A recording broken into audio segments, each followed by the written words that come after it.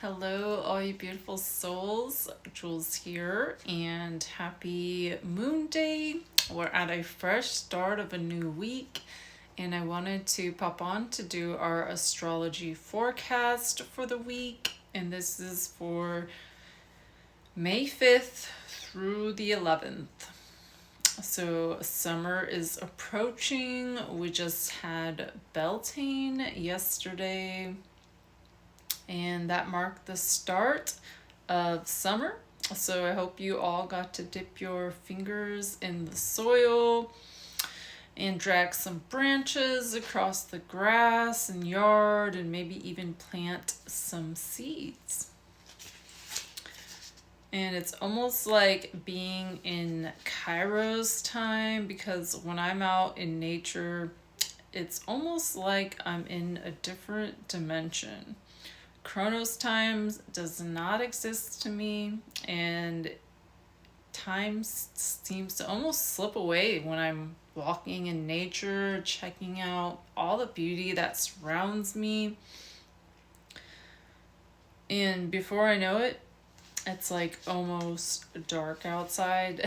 I'll be in my garden just, pruning things and digging up stuff and fixing things, and then the day is done.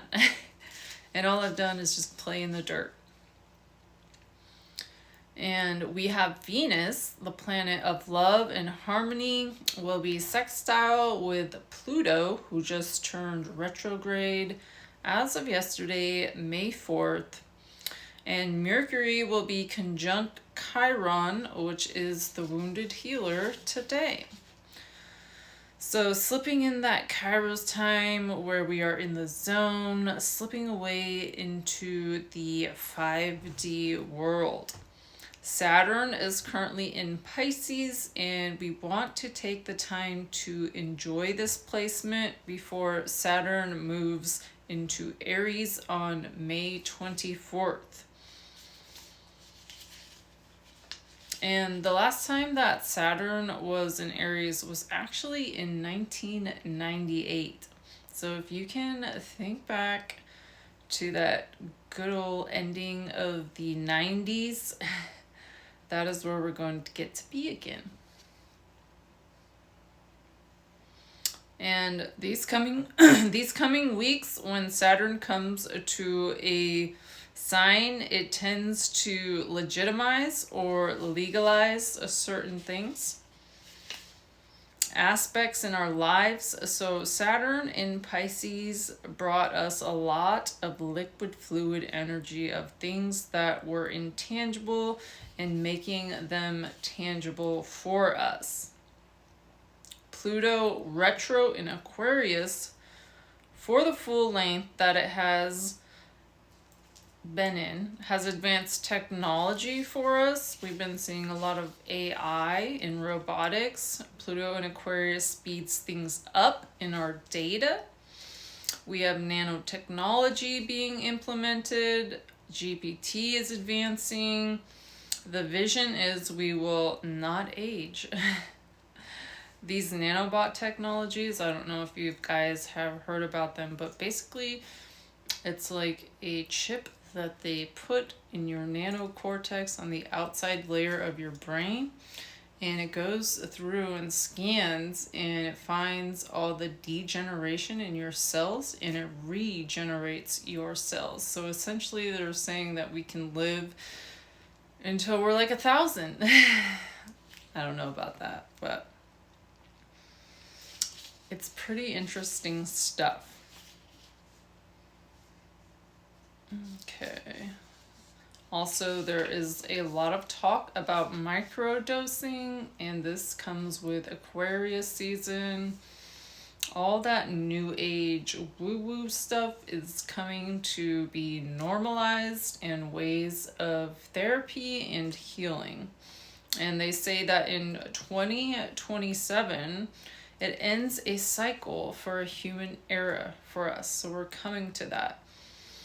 And the technology and upgrades we put in our bodies are more of us marking a robotic sign of ourselves, whether it's injections, laser, implants. We are crossing over into a new human development. UFOs, humans that remote view, lots of interesting, intense conversations around what surrounds us that some of us can see and some of us cannot. Experiments are going to be, happening a lot with all of this new data and technology. There's going to be a lot of experimenting going on. The mindset that yours, not what, the mindset is almost like we're becoming robots almost. We're becoming like put together how perfectly we want to be. And it's very interesting to see the technology. It's actually quite amazing. Also, Venus being in the flow with Pluto is going to bring in ancestral support, connection to your lineage, and past loved ones, especially with Mother's Day coming up on Sunday. It's a great time to check in with the matriarchs, the women that have taken care of us, and our loved mothers, the ones that are here unconditionally for us, and that have also mothers that have moved on to other dimensions. And this is a great time to celebrate them and to also break traumas as well. Maybe you may have had an absent mother figure in your life. So however that figure looks to you, you would want to celebrate them.